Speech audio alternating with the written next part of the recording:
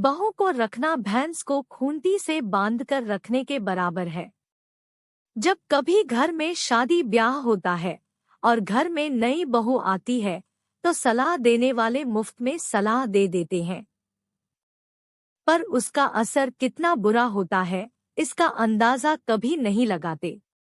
खुद ने जिंदगी में कुछ किया हो या ना किया हो, पर दूसरों की प्रेरणा बनने को हर कोई तैयार हो ही जाता है। ढोलक की थाप पर सब लोग नाच रहे थे। घर में नई नवेली बहू नेहा आ चुकी थी। आज उसकी मुंह दिखाई की रस्म थी।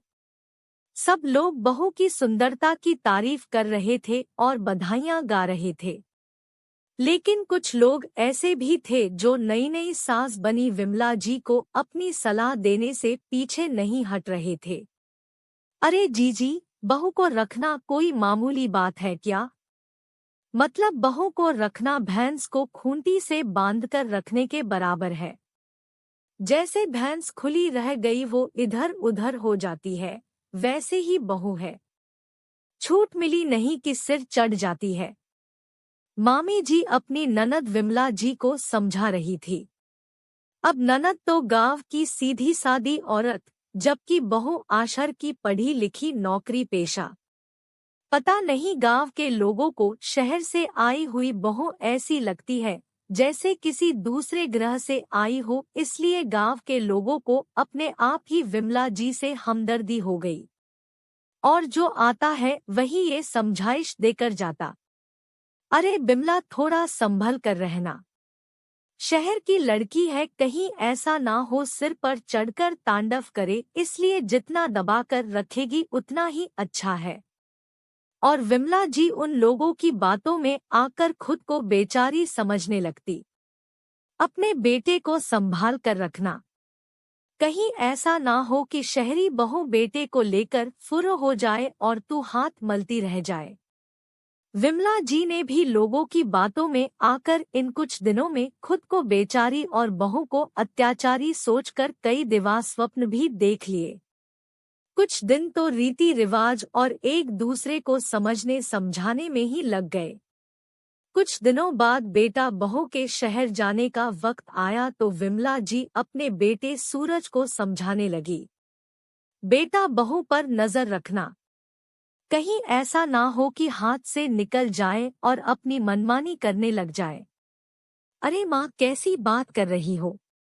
तुम्हारी बहू पढ़ी लिखी समझदार है, कोई बच्ची तो नहीं जो हाथ से निकल जाएगी। हाँ, तू बस मेरा मजाक बना। बेटा, गांव के सभी बुजुर्ग कहते हैं कि बहू को रखना भैंस को खूंटी से बांध कर रखने के बराबर है। कहीं ऐसा ना हो तो हाथ मलता रह जाए। और पैसे टके के मामले में अभी उसे सब कुछ बताने की जरूरत नहीं है। नई नई है, क्या पता हाथ में बरकत है या नहीं। क्या माँ, कितनी बार समझाया है तुम्हें? इन गांव के फालतू औरतों के साथ मत बैठा करो, बेवजह की बुद्धि देकर जाती है और कुछ नहीं। हाँ, अब तो शहर की बीवी आ गई है तेरी, अब तो तुझे गांव की सारी औरतें फालतू गवार ही लगेगी। कहीं ऐसा ना हो एक दिन माँ भी गवार लगने लगे। हाँ ठीक है ठीक है, चलो कोई नहीं, ध्यान रखूंगा, कहकर सूरज ने बात को वही खत्म किया और अपनी पत्नी नेहा के साथ शहर रवाना हो गया। पर शहर आने के बाद भी विमला जी को चैन नहीं था। आए दिन फोन करके सारे हालचाल तो पूछती ही पूछती, साथ में 10 सलाह भी देती। नेहा की हर हरकत का पूरा ध्यान रखती। वो कब क्या करती है हर चीज के बारे में सूरज से जरूर पूछती। अब कोई इंसान बार बार एक ही बात को बोलता रहे तो थोड़ा बहुत असर तो होता ही है। सूरज भी धीरे धीरे अपनी माँ का समर्थन करने लगा। सूरज किसी ना किसी बात को लेकर नेहा को टोक देता तो दोनों में लड़ाई झगड़े और हो जाते। धीरे धीरे दोनों में झगड़े बढ़ने लगे। अब तो ये आए दिन के किस्से हो गए थे। एक बार तो सिर्फ इस बात पर झगड़ा हो गया कि नेहा ने अपनी पसंद की सब्जी बाहर से ऑर्डर कर दी।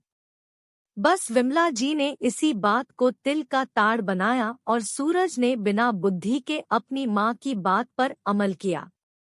झगड़ा इतना बढ़ गया कि नेहा परेशान होकर अपने मायके जाकर बैठ गई। जब यह बात सूरज ने अपनी माँ विमला जी को बताई तो विमला जी ने बात को संभालने की जगह उसे बिगाड़ने में कोई कमी नहीं रखी। अरे अपने आप गई है तो अपने आप ही आ जाएगी। अगर तू आगे होकर उसे लेकर आएगा तो तेरे सिर चढ़कर नाचेगी। एक बार झुक गया तो जिंदगी भर झुकना पड़ेगा। अपनी माँ विमला जी की बातों में आकर यहाँ सूरज झुकने को तैयार नहीं हो रहा था और उधर अपने स्वाभिमान की धज्जियां उड़ते देखकर नेहा झुकने को तैयार नहीं थी। आखिर क्यों झुके? गलत थोड़ी ना थी। उस समय विमला जी को सिर्फ खुद का बेटा दिख रहा था। नारीव तो कहीं गायब हो चुका था।